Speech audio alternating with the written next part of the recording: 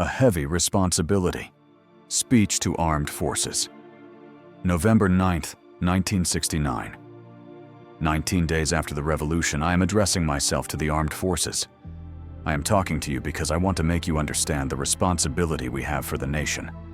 As you all know, we have sworn to be sincere and trustworthy to the country and the Somali people. The foundation of our sincerity for the country and the Somali people is the conviction that we are the servants of the nation. This service to the nation needs to be explicitly understood. Imperialism and those with the colonial mentality left in the minds of our people that they were the cream of creation and others were their servants. The truth is that anybody who draws a salary from the government is the servant of the people because the people pay his salary. This salary comes from the Somali people in the form of taxes.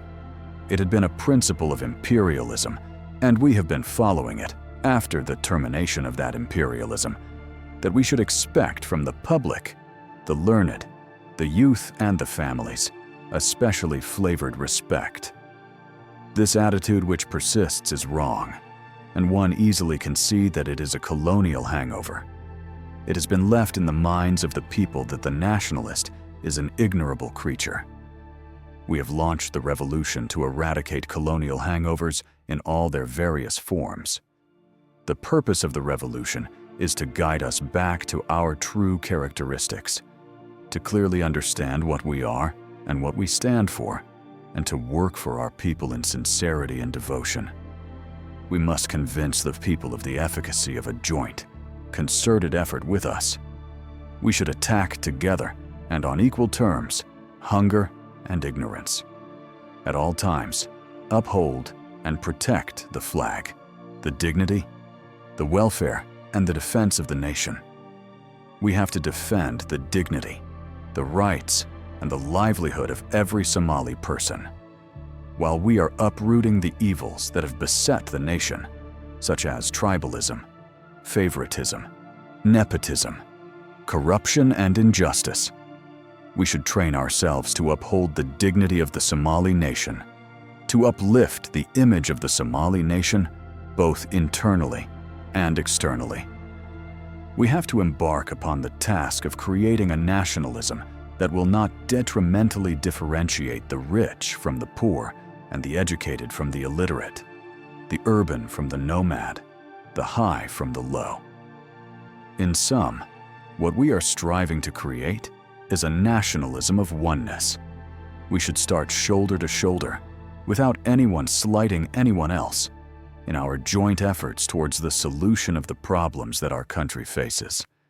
Since we now understand the hardships that confront us, and since we staged a revolution for the sole purpose of uprooting the repulsive previous conditions in which our country stagnated, we have to show that we are going to complete what we set out to do.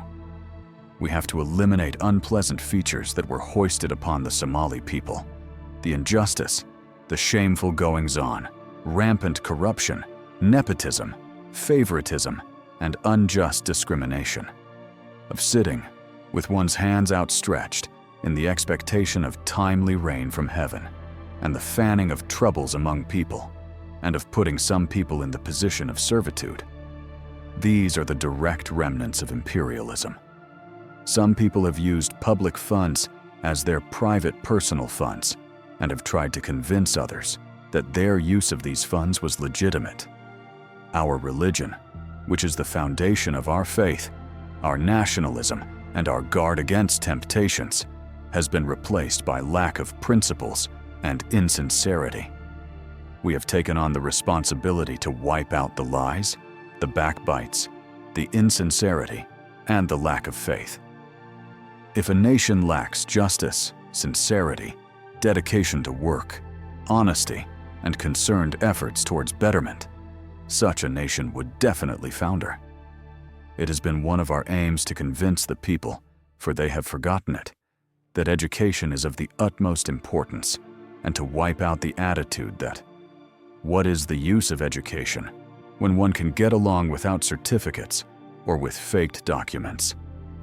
It happened, and we cannot deny it. that ignorant people paraded themselves as erudite individuals. The people then reasoned that since the obtaining of papers and posts in government was easy, why toil for higher learning? Faked papers and the pulling of strings do not lead a nation. It only colors the scene and makes ignorant people appear to know something. The foundation of every nation's economy, its prosperity and aspirations, is education. We should therefore give education the important role it deserves. People of knowledge in every aspect of learning can lead the nation out of the quagmire in which it has been bogged down for so long. If education had been neglected and consigned to limbo, how do we expect to emerge as an advanced nation, politically, socially, and economically? We know the level of output in terms of jobs done has been pathetically low, and no one sweated for his salary. Everyone just expected to get his salary at the end of the month. There is a principle of give and take in employment. The employee is paid to work.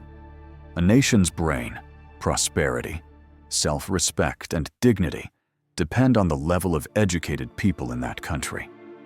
If a nation wants to tap its natural resources, how does it do it? By having the qualified men to do the job, and proper education provides such personnel. The way we can wipe out hunger, disease, and ignorance is to have the personnel who are qualified in teaching, agriculture, medicine, mining, politics, geology, and every other field that is necessary to benefit the nation. One of the aims of the revolution is to recreate our lost nationalism. The word nationalism may be interpreted in different ways. What is nationalism? A nationalist is a person of dignity, who honors his word, one who abhors dishonesty, thievery, and injustice, and who puts his energy and creativity at the disposal of his nation. In a nation in which nationalism abounds, its people do not aid and abet each other in crime. They are ashamed to lie and discourage others from lying. They restrain each other from setting out to do undignified things. They keep their faith undiluted and put more value on the cripple lying on the streets than the erudite, learned, and rich foreigner. The Somali and the foreigner cannot be equated. Somalism is the inherent bond that ties the Somalis together and puts their common interest in a nutshell. We can only bring about the awareness of Somalism by working together. If the description of the situation of our country before the revolution was despicable, then it is incumbent upon us to embark upon a meaningful change of the situation. Going back to the beginning of my speech then, the gist of the matter is, let us work diligently for our country and our people. I am sure there are many people who are talking to you in the same language in which they managed to divide the Somalis into factions. What was that language? It was a rear-X. How many soldiers do we have in the armed forces? How many offices do we have? How many people do we have in the Revolutionary Council? Let us divide it according to tribalism. How many men does each tribe have in this and that? The person with this kind of mentality used to argue right in the government offices that as Clan X, we don't have our share of the government. Now we are simultaneously talking about government and the share of Tribe X. Are these two things compatible? Government progress, sophistication, national interest, raising of educational standards, and the level of production of the economy are incompatible with groupings on tribal lines. The incompatibility of nationhood and tribal allegiance makes a marked contrast, and the vivid manifestation of the incompatibility was very easily seen in our situation before the revolution. Those who led us back to this dismal misery are still around, and we know what kind of language they employed to keep us apart and sow the seeds of doubt in our minds. They used to employ cheap ruses and language to get what they did not deserve and had no right to have. What ruses are they going to employ today? They will resort to the same ruse and language. Who do these divisive people represent? And who are they taking for? They are employed by foreigners, and they have their pay in their pockets. They have sold their brothers' blood and future, and yet they come in the guise of Somalis. They were the ones who were better off when most Somalis were begging for something to eat, a place to sleep, schools, and medicine. These exploiters were the ones who got well off on the people's misery. They will come to you pretending to guard your self-interest, and they will try to lead you astray, because their sole purpose is to regain their cushioned place in society. You will find, if you care to take a look at those who want to work a rift among you, that they are personally better off than you and still want to have more. The revolution set out to recapture the nation's lost independence in order to restore Somali dignity, purpose, and future aspiration. Those who are systematically discouraging the emergence of the nation stand for things that are contrary to the aims and hopes of the revolution. Will you let these people have their own way? We have agreed on a policy of never unjustly doing any harm to anyone and to treat the people equally, no matter what their station in life. We want the people to have the same rights, the same opportunities, the same treatment, and an equal share of our resources, which are enough for all of us if we do not steal from each other, but share it in a legitimate manner. Those who want to work a rift among the people are the bloodsuckers, the traitors, the servants of other nations, the greedy ones, and they should not find a place among you. Now that we have succeeded in our first step and the people have supported us, applauded us, and come out in huge demonstrations for the sake of order, we have to work for them in the spirit in which they support us, and we must work for their interests in unity and honesty. We want the people to support us and put aside the misguided philosophy that the government has a long arm. We must pull ourselves together and work in unity individually. The people and the armed forces must work together and do something for themselves. We must refrain from meaningless chatting and coffee, shops, corruption, and ingratiating ourselves with foreigners. God gives you what you want most from Him, good or bad, dignity or slavery, freedom or servitude. Throw out of the window the errors of past era. Make a new start. Set yourself on the right path.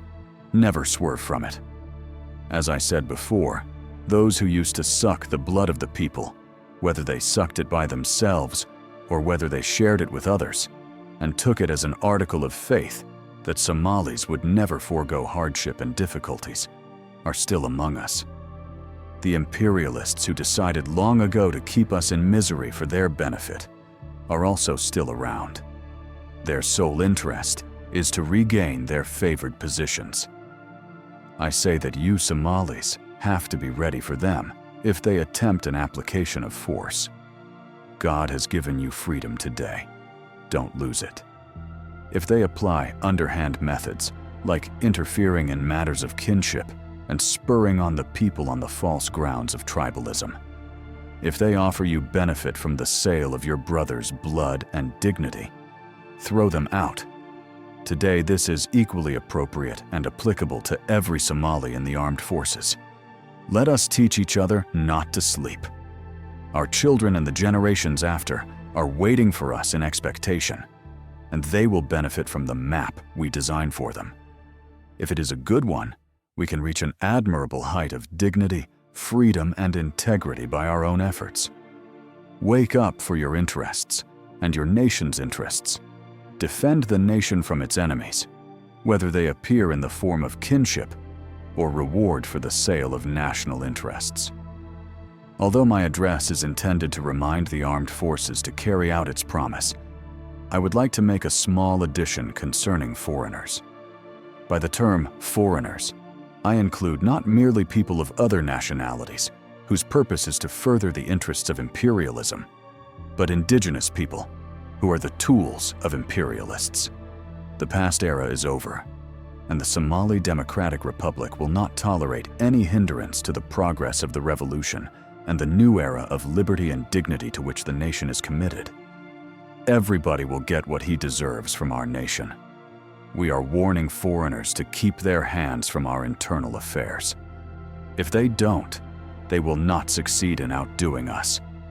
We will take definite, courageous, and serious steps against anyone who meddles in our internal affairs. We are warning those working in the shadow of foreigners to desist from their activities. There will be no pardons for culprits. It is characteristic of a healthy nation to reward those who serve it with honesty and to take revenge against those who work against its interests. Today, everybody who has not done damage to the nation before has a blank page. It is up to the individual to determine what goes into this page, whether it be good or bad. Let the past be forgotten, and let us see what everybody does with his blank page. Whether he fills with goodness or otherwise remains to be seen. In this new history of Somalism, let us observe justice, honesty, equality, oneness, and the furtherance of the nation's dignity. The reactionaries know that they have been luxuriating in what they have not earned. They have been eating illegitimate fruits, wealth they have stolen and hidden, wealth whose rightful owners have been in starvation and misery. If they work with their nation in honesty, they will get something that might not be much, but which is clean and obtained in a dignified manner. They will be in a position to walk the streets without earning hatred. They will be better off and will not perish if they see the light and quit the ways of corruption to which they have become addicted. This needs confidence in yourselves, in our nation and its people. If they master that much, they will not be losers. And now, to go back to the armed forces, I congratulate you on your success and hope that you will further succeed in your efforts.